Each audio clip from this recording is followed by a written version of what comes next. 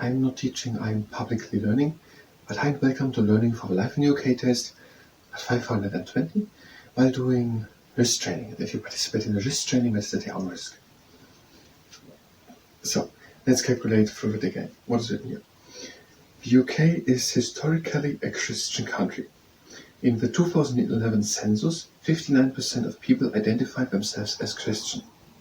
Much smaller proportion identified themselves as Muslim, 5%, Hindu 1.5%, Sikh 0.8%, and Jews and Buddhists both less than 0.5%. In the 2011 census, 25% of people said they had no religion, an asterisk oversimplified. So these numbers don't make 100%.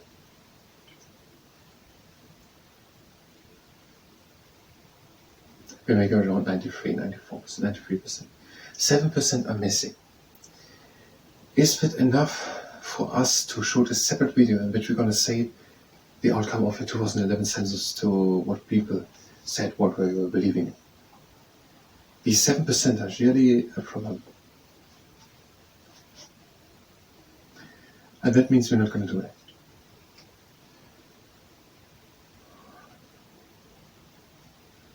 What are we learning it for the test? 59% Christian, 25% no religion, 4.8% Muslim, 1.5% Hindu, 0.8% Sikh, and Jews and Buddhists 0.5%. Christian churches. Again, these are almost legal aspects. I don't know if we can do a video about that. There is a constitutional link between church and state in England. The official church of a state is the Church of England, called the Anglican Church in other countries, and the Episcopal Church in Scotland in the United States. So the Church of England is the same as the Anglican Church and the Episcopal Church. It is a Protestant church and has existed since the Reformation in the 1530s. The monarch is the head of the Church of England. The spiritual leader of the Church of England is the Archbishop of Canterbury. That is enough. It's a very video. The monarch has the right to select the Archbishop and other senior church officials, but usually the choice is made by the Prime Minister and a committee appointed by the church. Several Church of England bishops sit in the House of Lords. That is broad enough that everyone understands this is not a legal advice, or it is not, I heard it in that video, I'm gonna do it like that. But it's enough actually to understand it. In Scotland, the national church is the Church of Scotland, which is a Presbyterian church. It is governed by ministers and elders.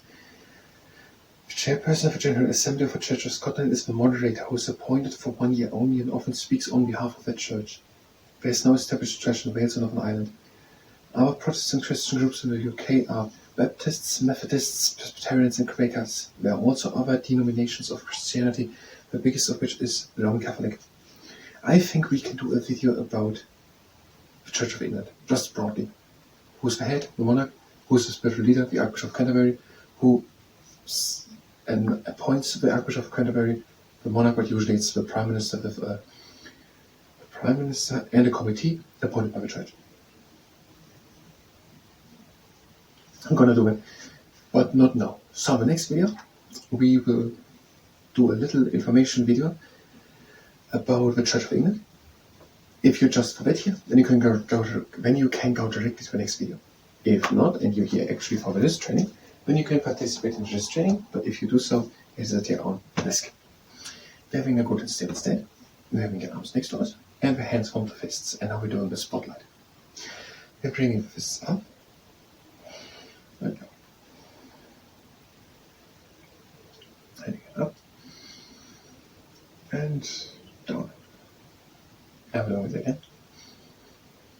So we have 3 rules. The first rule is for stopping immediately as soon as there's pain.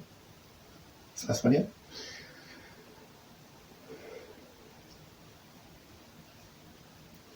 The second rule is, no, first the next exercise, the flashlight, so both hands fists, but not to the outside, to the inside. The second rule is that we are going only as fast as you can go with a little bit of effort, so to the side.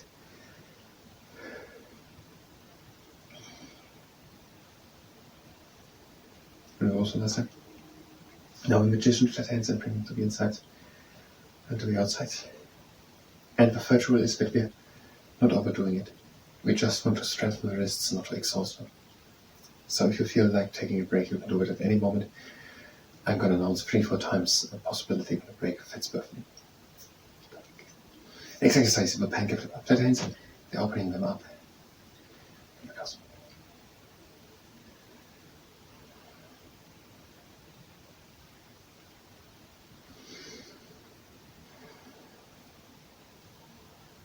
It was last. Now we're quadrangular castle architect. Both hands were fist out and we're bringing them to the inside. And up. And to the outside. Down. And to the inside. Now you're very far. Down. To the outside. Up. And up. Next exercise. The crab anxious fever. If you like to take a break, you can do that now. So you can skip this exercise. Have your arm next to us, next to you. Have a hand form to a fist and bring it down. And press carefully against it. And now pull a bit carefully.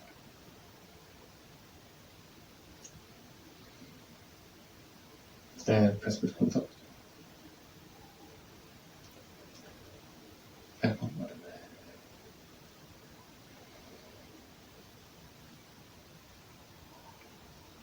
Now with your other hand next to you, form to a fist hand and bring it down and press a bit against it.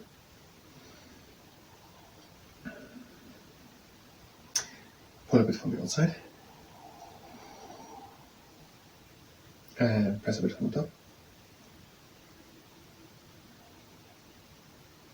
And move a bit.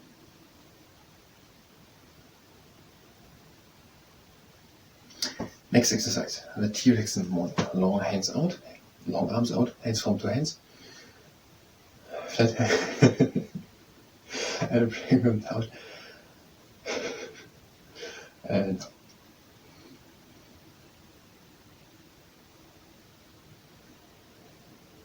that's the last time. And now we're doing the T-Rex in the gym. If you don't have a tennis ball or don't want to use one, you can do it just without one and you just make a strong fist. Or here with the tennis ball, press with moderate force on the tennis ball and release again. And press again. And release. And press again. And now with your upper hand. And pressing. And releasing. And pressing. Releasing, and last time, pressing and releasing. Next exercise, cautious breath pain. Place the fingertips of one hand on top of the fingernails of the other hand, press it, and we're opening slowly. And we're closing again slowly. Slowly opening, and closing. Last time.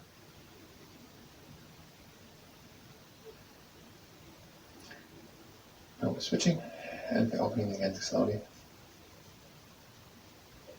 Closing it.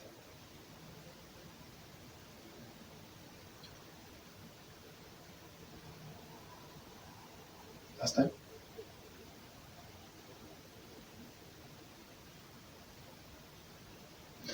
And next exercise. Vier is new Sylvia's director. Hands up, and we are opening. And we are closing again. And opening and closing.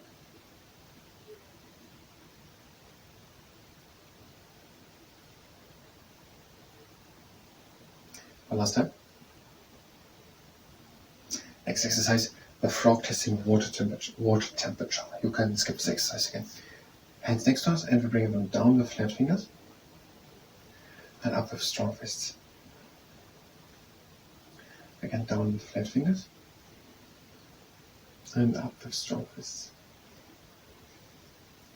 Down with flat fingers and up with strong fists. Last time, down with flat fingers, up with strong fists. Next exercise, we're making claws. Flat hands and we're making claws. open again, and make again a claw, hold for 1 to 2 seconds, and open again. Then again, and the last time. Now the buckle bridge. Flat hands, and bend them at the knuckles. Hold it for a few seconds, and open again. And again. And next exercise, you can skip it if you want. Have the arms in, hands form 2 fists and into flexion with the fist. And now out into extension with flat fingers. And again in, strong fists flexion.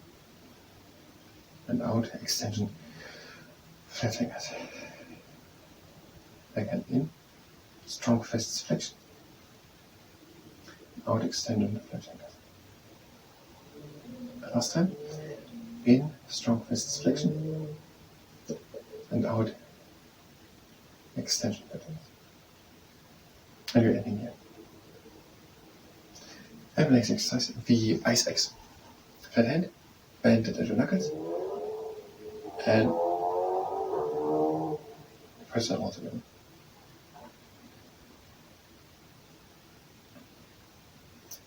Now with your hand, bending at the knuckles and also pressing.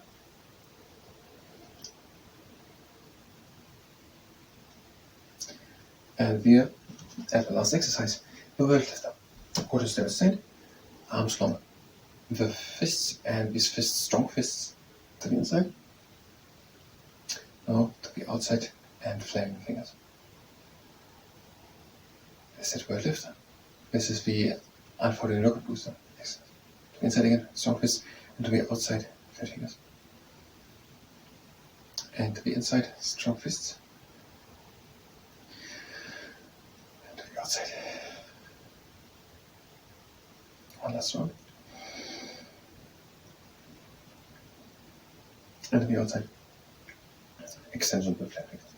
We're ending again here. And for relaxation, we're going with moderate pressure of the middle part of the lower arm.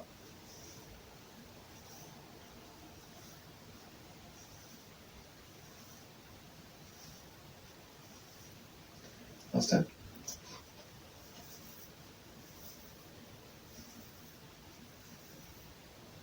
Over here. And we're done. This is it. I thank you very much, and until next time.